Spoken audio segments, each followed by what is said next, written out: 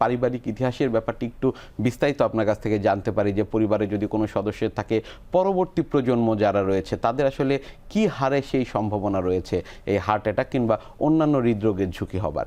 আমি সচরাচর রোগীদেরকে বোঝানোর জন্য বলি যে আপনি যা কিছু আছেন 50% ক্রোমোজোম আপনার বাবার, 50% আপনার মায়ের।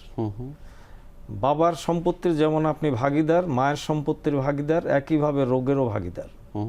অর্থাৎ যে সমস্ত একটা হার্ট অ্যাটাক হওয়ার জন্য আমাদের কতগুলি ফ্যাক্টর লাগে, প্রথম যেটাকে আমরা বলি যে যেটা পরিবর্তন করা যায় না, যেমন বয়স, সচরাচর 40 ঊর্ধ্ব, ইদানিং আমরা বলি 30 ঊর্ধ্ব।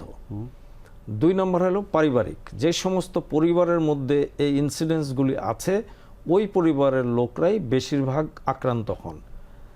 আর 3 নম্বর হলো সেক্স, পুরুষদের ক্ষেত্রে একটু বেশি, কিন্তু মহিলাদের ক্ষেত্রে 48 পরবর্তী পুরুষ মহিলা আবার সমান হয়ে যান।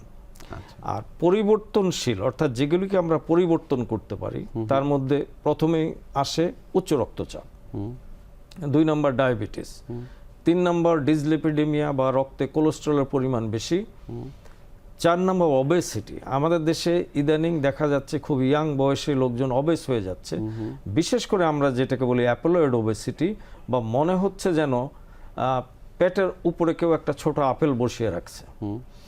আর স্মোকিংটা, আর ইদানিং আমরা যেটা পাচ্ছি যে ইয়াং পপুলেশনে যারা বিভিন্ন ধরনের নেশা ব্যবহার করে, সেটা ইয়াবা হোক বা হিরোইন হোক, এদের ক্ষেত্রে কিন্তু অ্যাকিউট করোনারি সিনড্রোম বা হার্ট অ্যাটাক হওয়াটা প্রবণতাটা খুব বেশি। নিশ্চয়ই। কাজেই আমাদের এই সামাজিক অবস্থানগুলিও বুঝতে হবে।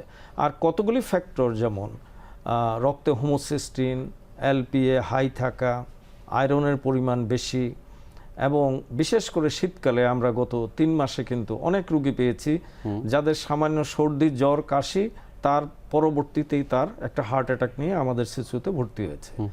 এই কোরিলেশনটা হলো যে হেলিকোব্যাক্টার পাইলোরি, ক্ল্যামাইডিয়া ইনফেকশন বা সাইটোমেগালো ভাইরাসকেও আজকাল আমরা কনসিডার করি যে they might be implicated in case of acute coronary disease.